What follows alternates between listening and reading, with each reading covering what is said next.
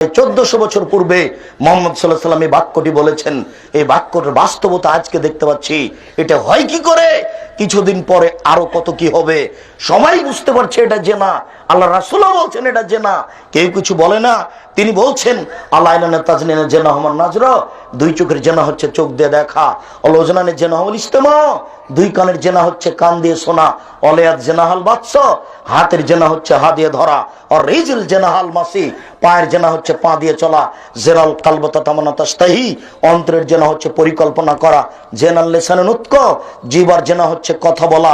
আমি জানি না গাজীপুরের খবর, আমি জানি রংপুর, দিনাজপুর, লালমনিরহাট, নীলফামারী, কুড়িগ্রাম, পঞ্চগড়, ঠাকুরগাঁ এদের আচরণ আমি জানি।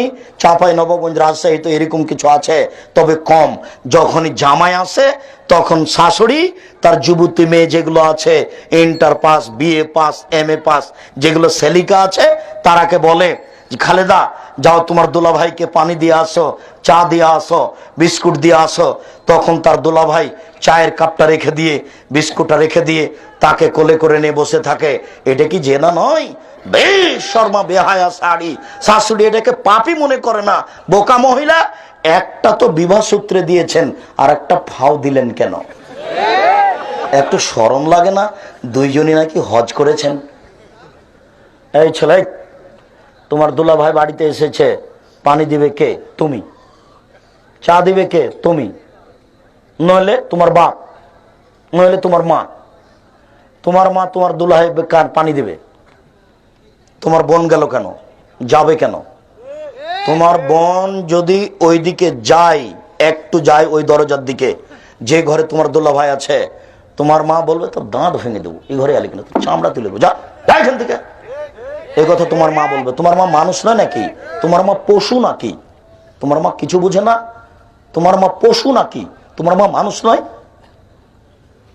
তুমি দাও, তোমার দুলাভাইকে কি দিবা? তুমি না থাকলে তোমার বাপ দিবে, তোমার বাপ না থাকলে তোমার মা দিবে। তোমার বোন গেল কেন? কেন যাবে? তোমার বোনকে যদি যেতে হয়, তাহলে তোমার দুলাভাই বের হয়ে অন্য ঘরে যাবে, আর না হলে তোমার বোন এক ঘরে সাজিয়ে রাখবে খাওয়ার। তারপরে বাহির দরজা থেকে বলবে দুলাভাই ওই ঘরে খাদ্য সাজানো আছে, খেয়ে আসেন। ধর্মকে পাগল পেয়েছো তোমরা? দেখো, এইভাবে জেনাকে হালাল মনে করো না, ও অবাক হতে হয়। এই ছেলে, তোমার আব্বার আমি আচরণ কি দিয়ে বলি। তোমার আব্বা বলছে ওই দূরের দিক দিয়ে জামাই, দূরের জামাই চট করে বাস টার্মিনালে দেখা, তখন চট করে তোমার আব্বা বলছে ও জামাই শোনো, এই যে আমার মেয়ে শালিকা, একটু তুমি সাথে করে নিয়ে যাও, ওই ঢাকা বিশ্ববিদ্যালয় ওখানে সামনে নামিয়ে দিও। অবাক। আর তোমাকে বলছে আমার তোর বোনকে সাথে নিয়ে যা, ওটা কিন্তু তোমার চাচাতো বোন। চাচাতো বোন, খালাতো বোন, মামাতো বোন সবাই নাকি একটাই। নজরুল্লাহ। দেখেন আপনি জান্নাত পাবেন কিভাবে, কি করে হতে পারে, এটা হয় কি করে?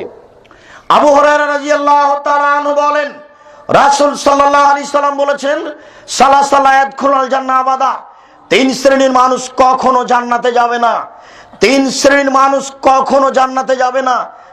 এক, মদমিনুল খামরে, যারা নিয়মিত বিড়ি, তামাক, জর্দা, সিগারেট, নেশাদার দ্রব্য খায়, পান করে, তারা কখনো জান্নাতে যাবে না। দুই, আর রাজলাত মিনান নিসায়ে, পুরুষের বেশধারী নারী, যারা পুরুষের জুতা স্যান্ডেল পরে, যারা পুরুষের শার্ট প্যান্ট পরে, যারা পুরুষের পোশাক পরে, তারা কখনো জান্নাতে যাবে না। শোনো সম্মানিত দিনী ভাই, আপনাকে অনুরোধ করে বলছি, আপনার মেয়ে এখন বসে আছে প্যান্ট পরে, দেখেন নিজের বিচার আর একজনের উপরে চাপিয়ে দিয়েন না, আপনার জান্নাত হবে না।